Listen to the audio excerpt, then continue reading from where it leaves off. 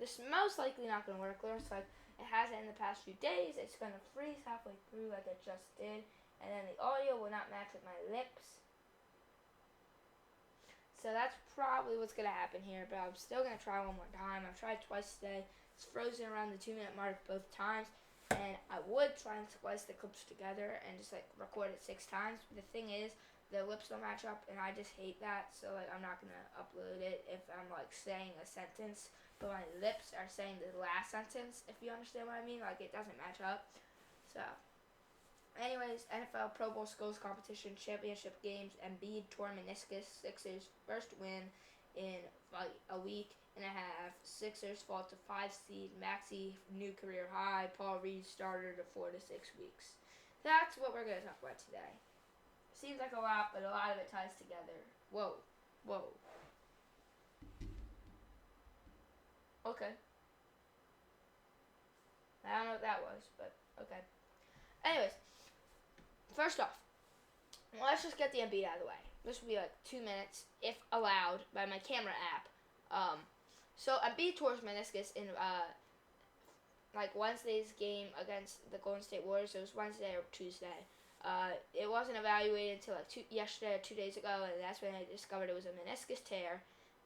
Well, not tear. I shouldn't say that. We don't know. It's most likely a tear. A meniscus injury that they're currently evaluating. If it is a meniscus tear, he will be out at least 4 weeks, up to 6 months, depends if there's surgery or not. If there's no surgery, he'll probably be out until about March. But if there is surgery, he'll probably be back by as late as next year, because he'd be healed by the time the NBA Finals would be over. He'd be healed for the off season, but no Sixer basketball in the off season because it's the off season, and so that's what happened with Embiid. That's the negative side of things. So I'm glad I got that out of the way in the first 2 minutes. But obviously I'm not done with it. But I got out the injury part.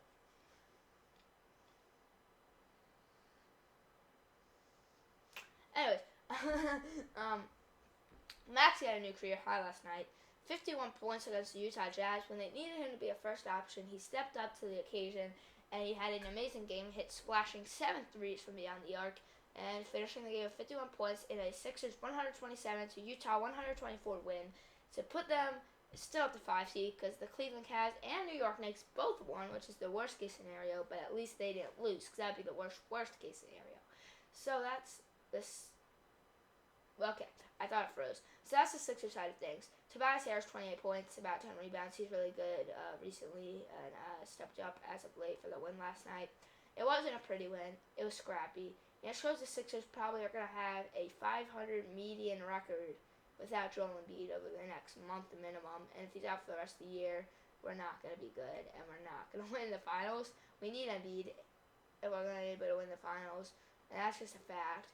So hopefully he is back as soon as possible, but you never know with these injuries, man. So that's the unfortunate part.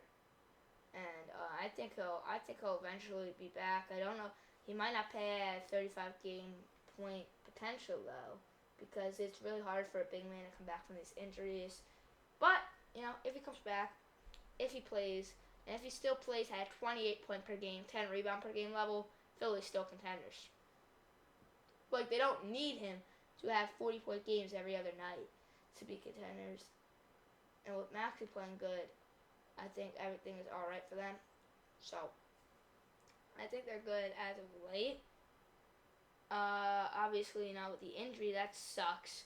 I think D-Melt will be back soon, which is really nice.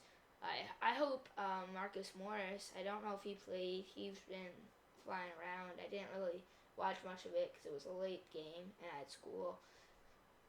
But D-Melt back, Mo Bamba's back. He's really good defensive anchor for the Sixers second unit. Kelly Oubre stepping up in the big moments. He had 25 in 2 games then Embiid were out. They lost both, but now they have Tyrese Maxey back. They're looking at least median. They did put up 127 points, but at the same time they allowed 124 points. So you have to look at it in a scope like that.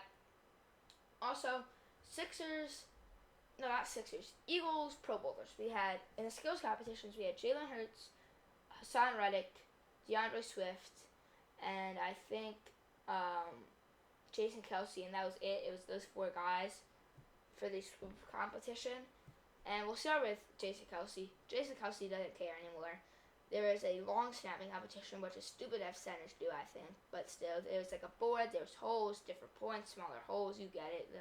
If you shoot it in the smallest hole, it was 5 points, then 4 points, 3 points. Kelsey didn't care. He shot it right at the 5 hole every time, and he made like 1 out of 10. But you could see he didn't care if the NFC won or not.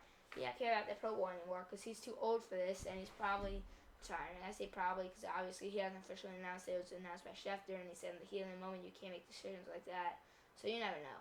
But